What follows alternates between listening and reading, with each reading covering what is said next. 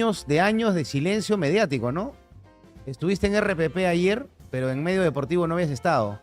Y no estoy seguro, pero corrígeme si me equivoco. eh, Hace años que no hablas en ningún medio.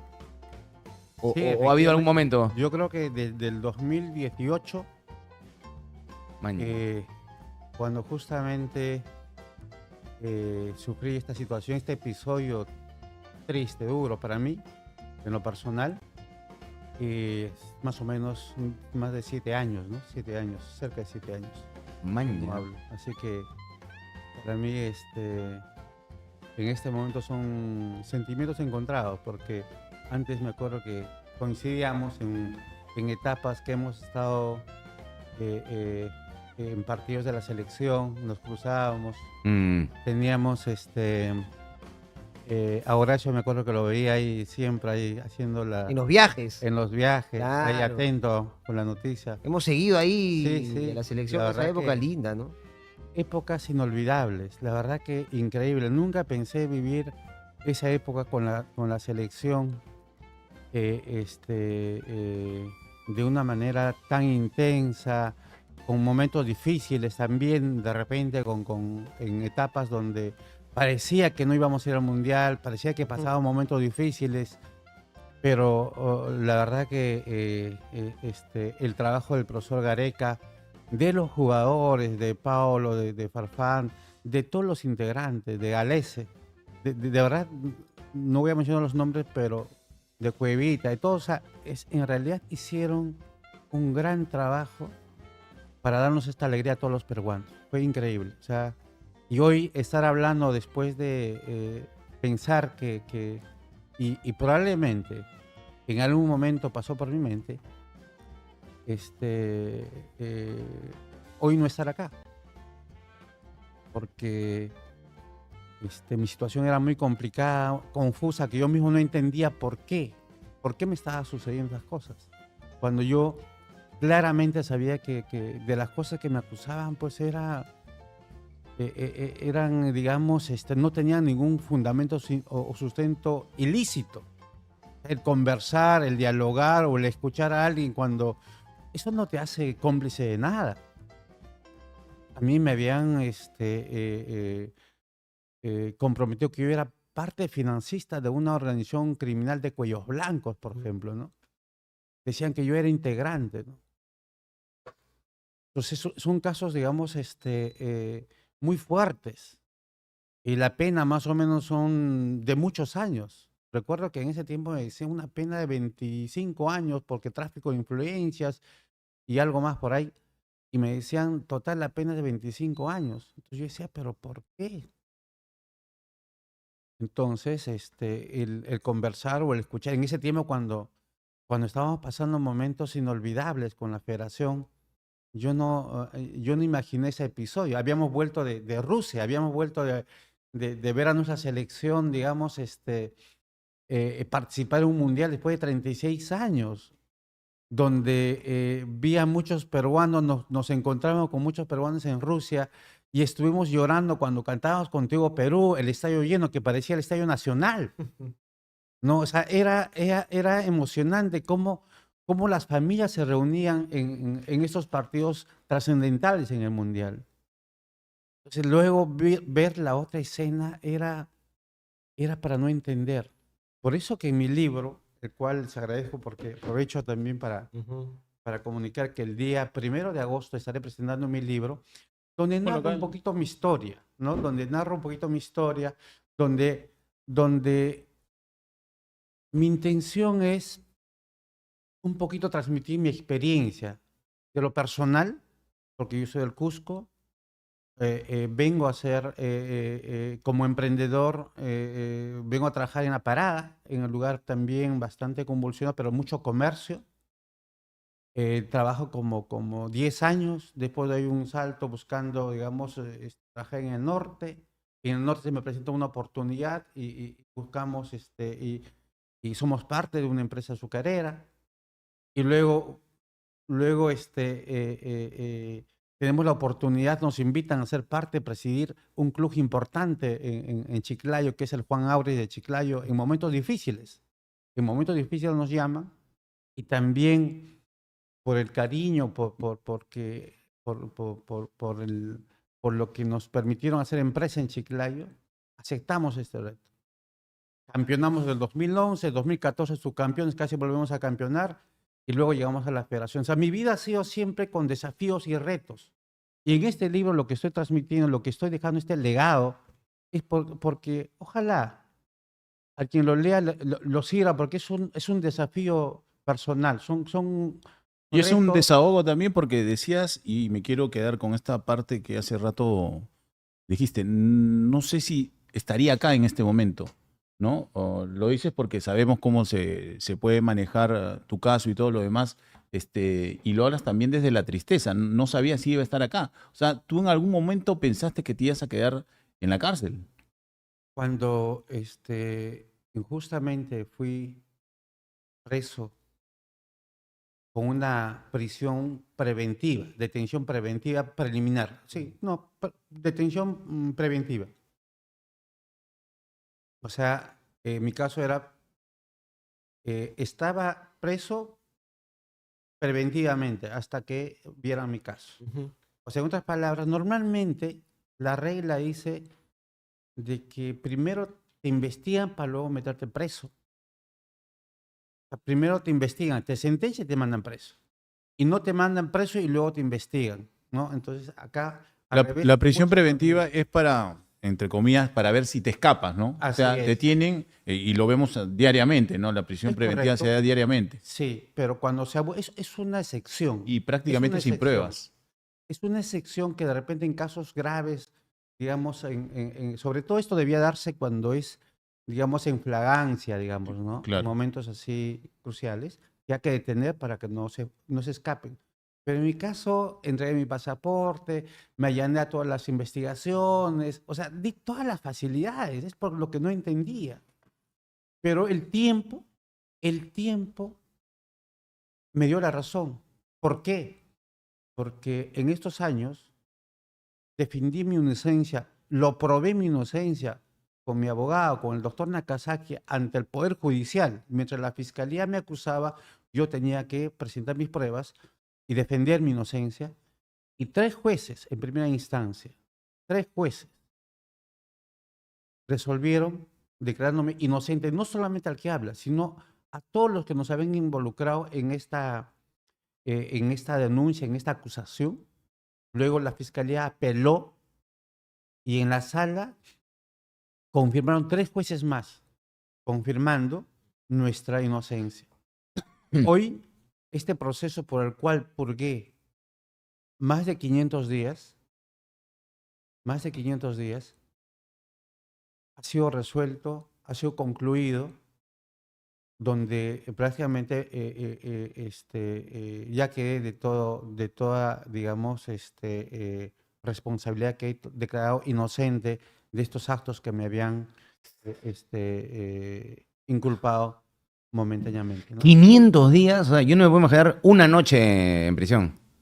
Porque el que entra y es recluido, pues se le pasa el infierno por la cabeza, porque dice la incertidumbre, me imagino, debe ser uno, ¿hasta cuándo me quedo acá? Sobre todo si uno se sabe al margen del proceso, yo no he hecho nada, ¿qué hago acá? Que le pasa a mucha gente, ¿ah? Entonces, ¿qué transitaba por tu cabeza? No te digo la primera noche ni los primeros días, sino cuando ya eso era una costumbre. Van 25 días, 35 días, 50 días. Te lo pregunto de persona a persona, una curiosidad muy humana, ¿no? ¿Qué pasaba por tu cabeza? Era preguntas sin O respuesta. sea, ¿qué creías que iba a pasar? Yo no sabía exactamente qué hacía ahí, por qué estaba ahí, y era de manera muy recurrente esas preguntas. Pero a la vez, sabía que tenía mi verdad. Y mi verdad era que yo no había cometido ningún acto de lo que me estaban acusando. En el Perú de Justicia. Eso me daba a mí fuerza y, por supuesto, mi fe. Mi fe, yo como católico, ¿no?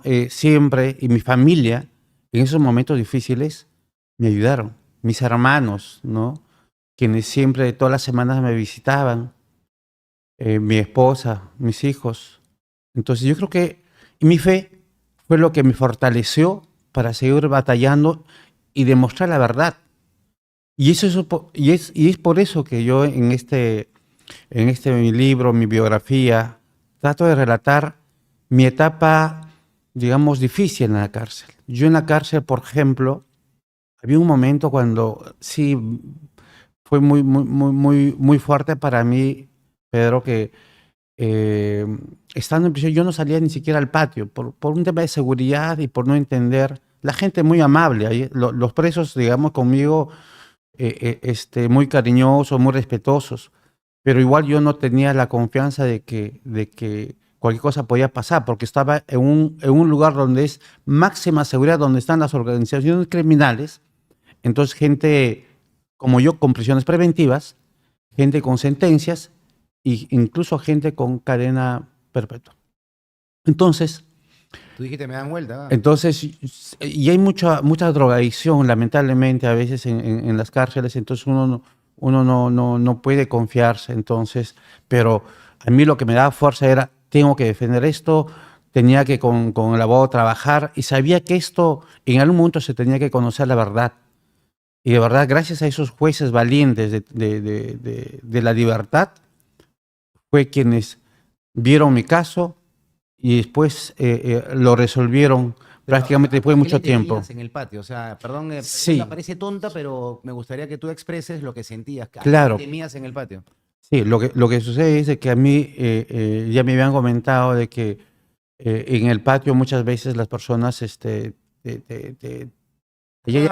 allá llamaban, te ajustaban, o sea, internamente allá en el penal te ajustaban para, para extorsionarte, ¿no? Internamente. Entonces yo no, es más, yo desde que llegué en estos 500 días, no conozco el patio, no conocí el patio. Estaba simplemente en la celda. Pero el episodio que sí me gustaría comentarles yo creo un episodio, digamos, de momentos duros de repente, pero a la vez yo creo que también que me fortalecen, ¿no? Porque había un partido de Perú cuando estaba preso y me dicen, el delegado de la cuadra, digamos, del pabellón, me dice que me invitaba a ver el partido. Yo no había visto un partido y cuando me invitan yo digo, pucha, en realidad no tenía ganas de ver partidos de nuestra selección porque había estado muy golpeado, muy dolido con todo lo que había pasado y no entendía, no tenía respuestas. Pero en ese momento de la invitación, digo, pucha, si no voy van a tomarlo como un desaire, así que mejor acepto la invitación. Y lo estoy contando en el libro también y voy. Y obviamente ya había la gente mirando en un televisor, había en un pabellón, había gente ya como 60 personas, 70 personas sentadas mirando el partido. Y yo esperaba sentarme, obviamente, al final como correspondía por haber llegado, era uno de los últimos que había llegado. Pero sin embargo, ellos tuvieron la gentileza de hacerme pasar y cada quien se inclinó un poco y me dejaron pasar hasta frente al televisor. Y bueno, una amabilidad de parte de ellos. Y cuando me dicen, toma asiento, yo, pero si todos están sentados y veo, habían un par de ladrillos. Entonces ellos habían reservado un lugar para que yo viera con ellos. O sea, fue digamos, una deferencia de parte de ellos ¿Qué partido hacia era? ¿Te mí. acuerdas? Sí, Perú con Brasil.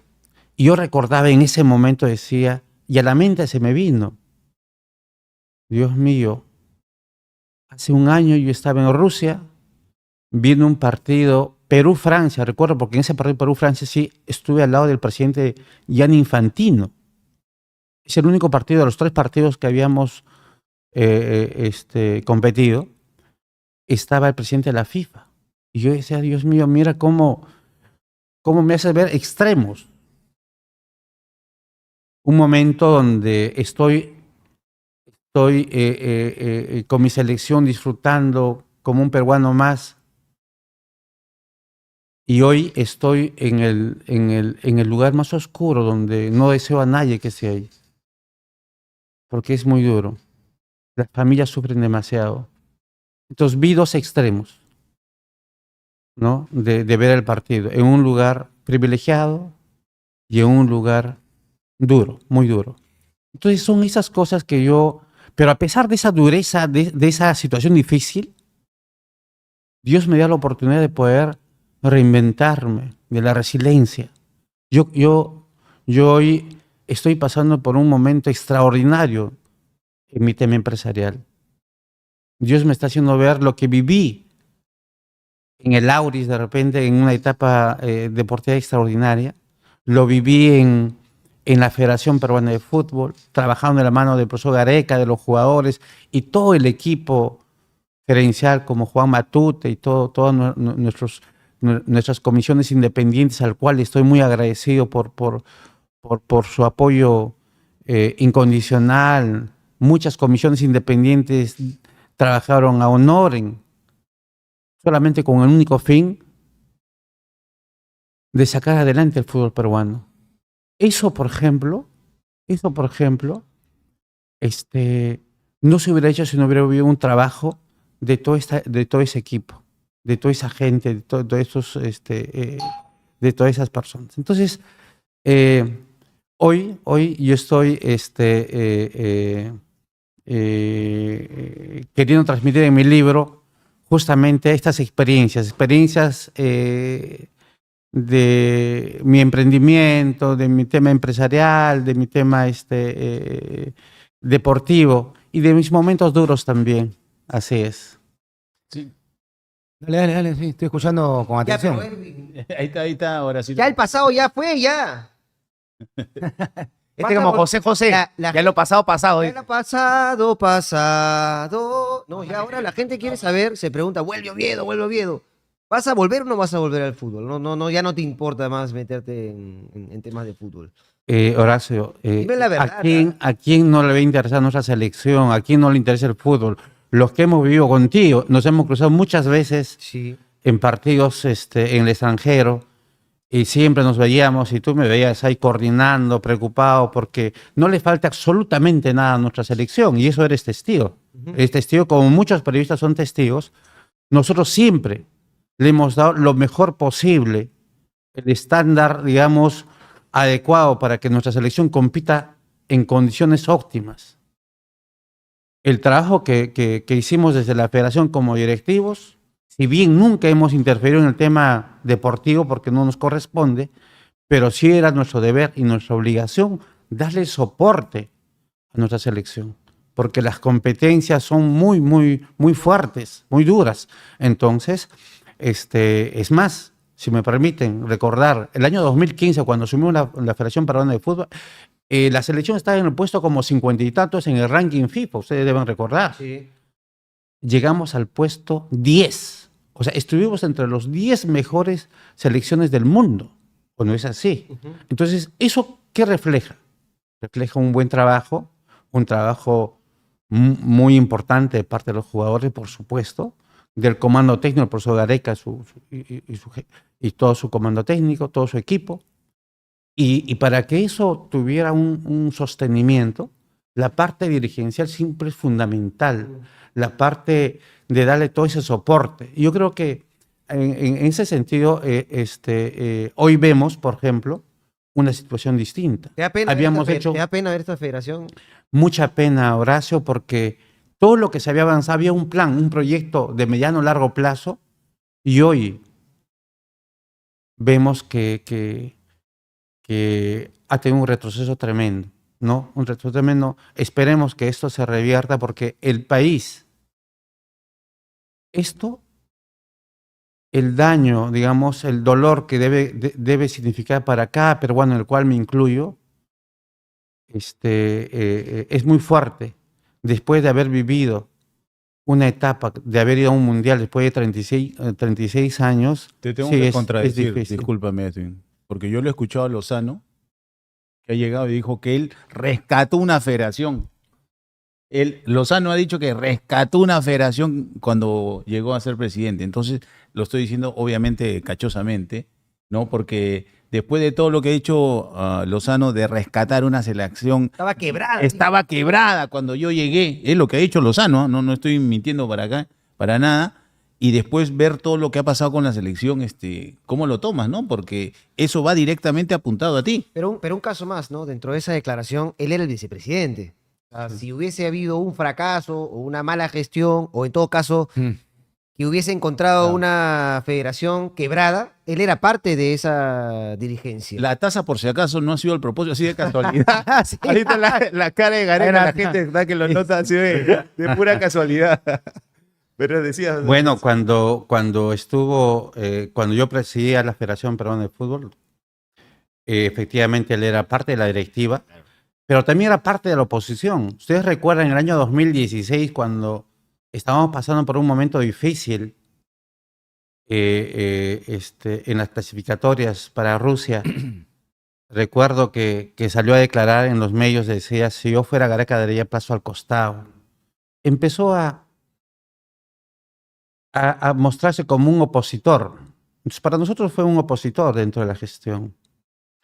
Pero nosotros no hicimos caso, digamos, porque sabíamos del trabajo que hacía el profesor Gareca, sabíamos del trabajo que hacía el comando técnico, sabíamos que esto no era fácil.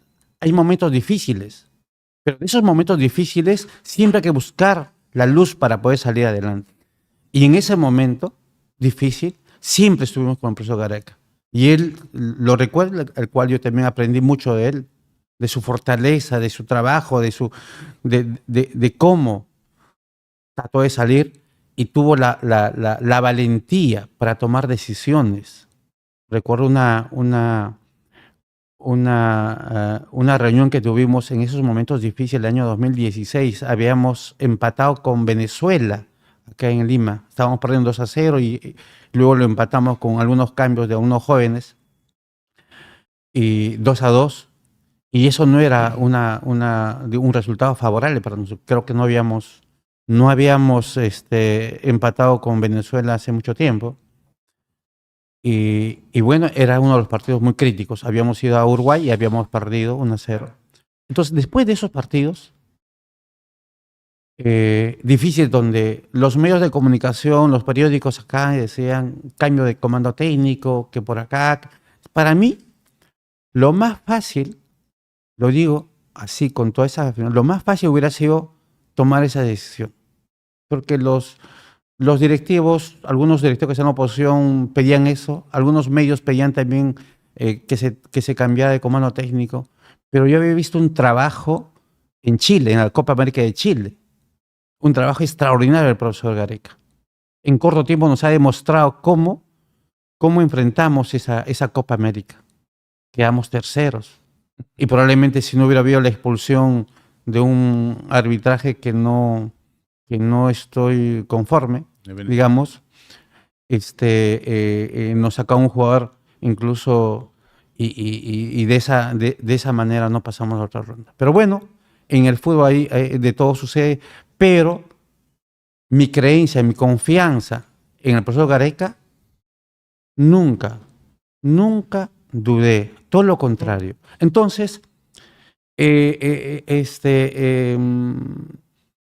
pero ya no cumples requisitos para candidatearte, ¿no? ¿O sí? ¿Cómo entonces, quedó esa parte de Edwin Oviedo? Porque hoy se le puso requisito nacer en Chongoyabe para ser presidente de la federación.